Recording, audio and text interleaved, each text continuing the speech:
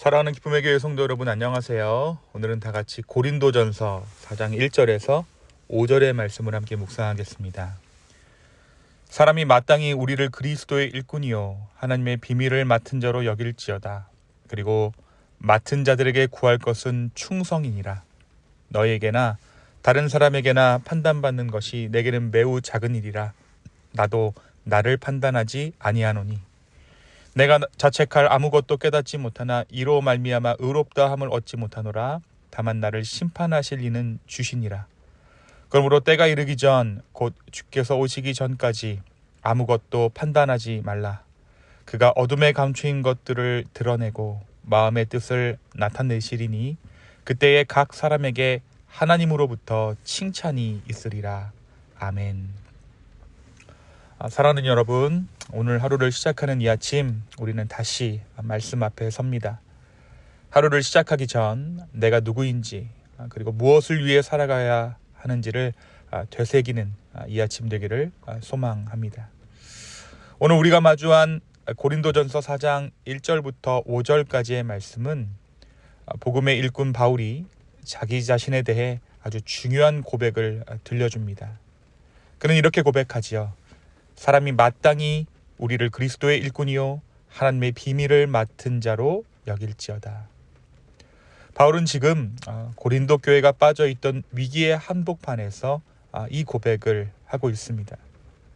당시 성도들 사이에는 바울, 아볼로, 게바, 심지어 그리스도를 따르는 사람들까지 파가 갈라져 있었습니다.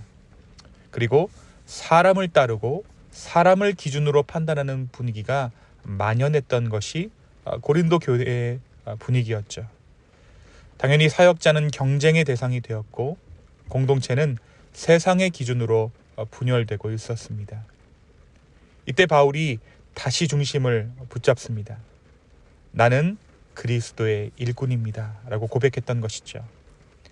여기서 그가 말하는 일꾼이란 단어는 배 밑바닥에서 노를 젓는 사람을 의미합니다. 주인이 명령하면 묵묵히 순종하고 그 배를 움직이는 존재. 주목받지 않아도 높임받지 않아도 단지 주인의 뜻을 따라 충성되게 일하는 사람. 바울은 자신을 그렇게 여겼습니다.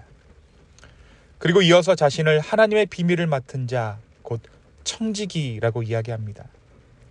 청지기란 주인이 위임한 것을 관리하는 사람이죠. 그러니까 청지기의 본질은 소유자가 아니라 관리자입니다.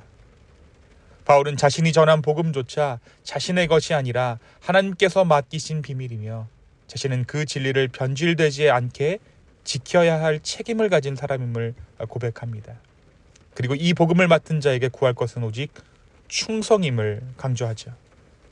자신도 청지기로서 하나님께 주인 되신 그분께 충성을 다하고 있음을 말하고 있는 것입니다. 그러면서 사람들이 나에 대해 판단하는 것은 작은 것이다 라고 고백하고 있습니다. 심지어 나도 나를 판단하지 않는다 라고 고백하지요. 사랑하는 성도 여러분, 바울의 이 고백은 단지 사역자만을 위한 것이 아닙니다. 오늘을 살아가는 우리 모두를 향한 부르심이 바로 오늘 이 말씀 가운데 담겨져 있습니다. 나의 정체성은 무엇인가? 나는 누구의 일꾼인가? 누구의 뜻에 살아가고 있는가에 대해 오늘 말씀은 우리가 그리스도의 복음을 맡은 청지기다라고 고백하고 있습니다. 다시 말해 나의 삶은, 나에게 주어진 모든 것들은 나의 소유가 아니라는 것입니다. 나의 시간, 나의 재능, 내 자리는 모두 하나님께서 나에게 맡겨주신 것이다 라고 오늘 바울이 이야기하고 있는 것이지요. 그렇게 나는 오늘도 주인의 뜻을 따라 충성되게 살아가야 합니다. 평가와 결과보다 더 중요한 것은 내가 이 맡은 것을 어떻게 감당하고 있는가 하는 것입니다. 청지기의 삶이란 늘 주인을 의식하는 삶입니다. 나의 중심을 아시고 나의 수고를 기억하시는 그분 앞에서 살아가고 그분이 맡기신 것에 최선을 다하는 것이 바로 청지기의 삶입니다. 우리가 이 청지기의 삶을 살아갈 때 주인 되신 그분께서 우리의 삶을 책임져 주시는 것이죠. 오늘 이 하루 내가 나의 삶의 주인 되는 것이 아니라, 내가 가진 것의 주인 되는 것이 아니라 예수 그리스도의 복음을 맡은 자로 살아가는 청직이 된 그러한 삶의 소명을 다시 한번 마음 가운데 새길 수 있는 저와 여러분의 복된 하루 되기를 예수님의 이름으로 축원합니다. 두 번째, 오늘 말씀은 우리에게 우리가 누구의 시선 아래 살아가고 있는가에 대해 도전하고 있습니다. 우리는 세상의 많은 목소리와 평가 앞에서 흔들릴 때가 많습니다. 사람들의 말, 세상의 기준, 내 안의 비교와 욕심이 나를 정의하려 들 때가 있죠. 그러나 바울은 이렇게 고백합니다. 사람에게 판단받는 것이 내게는 매우 작은 일이다. 나를 판단하실 이는 주님이시다.